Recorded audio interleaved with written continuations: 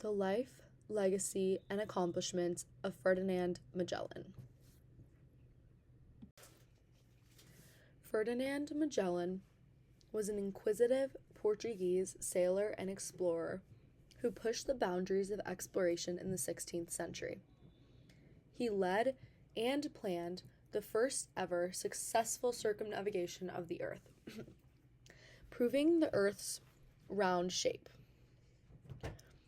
He also discovered a passage between the Atlantic and Pacific Oceans, which is now called the Strait of Magellan. Magellan died on his journey, but some of his crew made it back to report the findings to Spain. Ferdinand Magellan was born in 1480 in Sabrosa, which is a small town in northern Portugal. He came from a family of minor nobility, which provided him some special opportunities to serve in prestigious roles. At the age of 12, Magellan served as a page for the Queen's court, along with his brother. Here, he learned about Portuguese and Spanish rivalry for sea exploration. As he got older, he developed exceptional skills as a sailor and naval officer, which would later enable him to undertake a famous voyage. The picture on the right is the statue of Magellan, which is located in Lisbon, Portugal.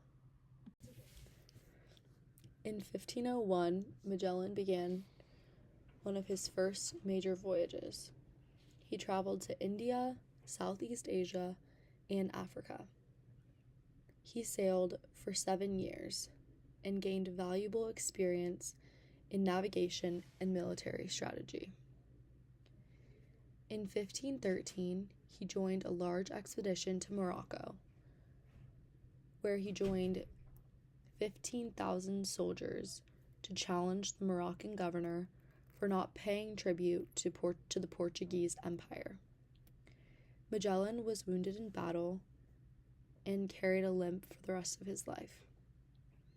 In the picture on the screen, it's an image of the Victoria, which is one of the ships in the fleet that Magellan took on his famous voyage. At the time, spices were at the center of the world's economy. They were a valuable commodity for preservation and seasoning of food. These were found in the Spice Islands, which are located in modern-day Indonesia. Magellan wanted to travel to the Spice Islands, but he couldn't get the Portuguese crown, led by King Manuel, to support his plan. He was turned down multiple times. After being turned down the third time, Magellan went to King Charles I of Spain to help back his plan. He gained support and in return pledged allegiance to Spain. King Charles I was the grandson of King Ferdinand and Queen Isabella, who backed the traveling of Christopher Columbus, so this might be why he supported Magellan. This alliance didn't sit well with King Manuel. He was unhappy about losing a skilled navigator to Spain. He attempted multiple ways to hold him back from his journey. For a little insight into Magellan's family life, before he spoke to King Charles I. In 1517, Magellan arrived in Spain, where he began laying the groundwork for his ambitious voyage. While in Seville, he met a fellow Portuguese man and later married his daughter, Beatrice. They married in 1518 and had a baby the following year. His wife's family helped him get an appointment with King Charles I, which is the meeting that he pitched his plan to find a westward route to the Spice Islands.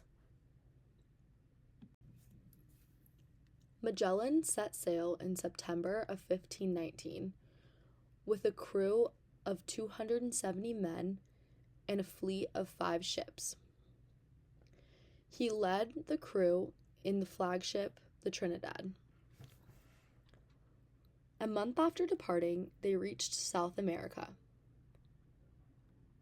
The Santiago ship, which was one of the ships, went ahead to explore the route, but was tragically shipwrecked.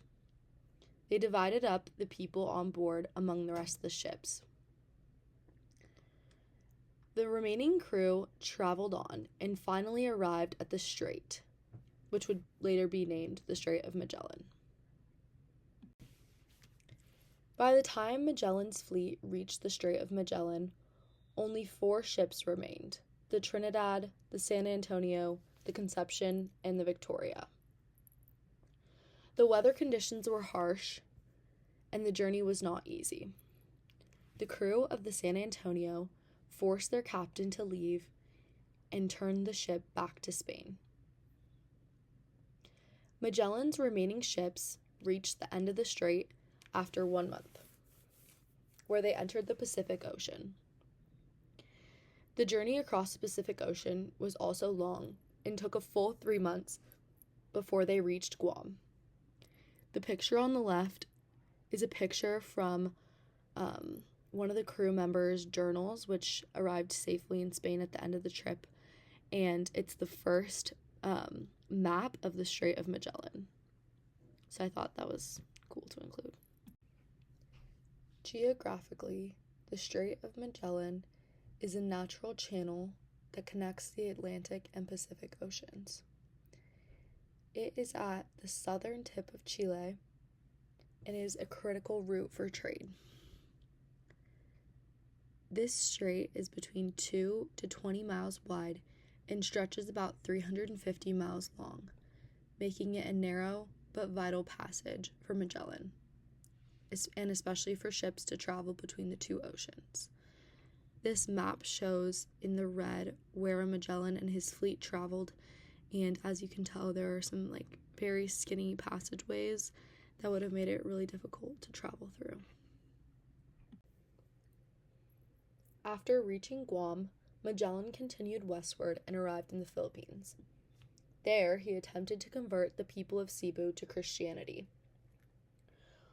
While he was in Cebu, the native leaders asked Magellan for help in a local battle, and he agreed, assured that his weapons would help lead to victory. The opposing forces, the Magdanese, fought with arrows, but despite Magellan's advanced technology, he was struck by a poison arrow. His wound was fatal, and he died in April of 1521, before he could complete his full journey. By early November 1521, the last 2 ships, the Victoria and the Conception, reached the Spice Islands, which are also known as the Moluccas Islands. The Conception did not end up returning back to Spain. Only the Victoria made it back to Spain in September 1522, which held Antonio Pigafetta, which is one of the mans that we have a lot of the documents still from and images. It arrived with 18 of the original 270 men and was loaded down with spices, specifically clove, which was a very hot commodity at the time. This marked the successful completion of the first circumnavigation of the Earth. This image depicts the Spice Islands, and which is where they finally traveled to get the spices. Magellan was the first person to circumnavigate the globe. He discovered the Strait of Magellan and also named the Pacific Ocean. He also strengthened understanding of Earth's size and shape for the purpose of maps. He also inspired future exploration. Some returned, specifically on the San Antonio, and claimed that Magellan did not follow the king's orders on the journey, which led to King Charles discrediting Magellan and not keeping his promises to his family. Spain and Portugal both would not credit Magellan with his accomplishments. He finally gained more recognition after others who attempted to emulate his journey failed. And this is my works cited.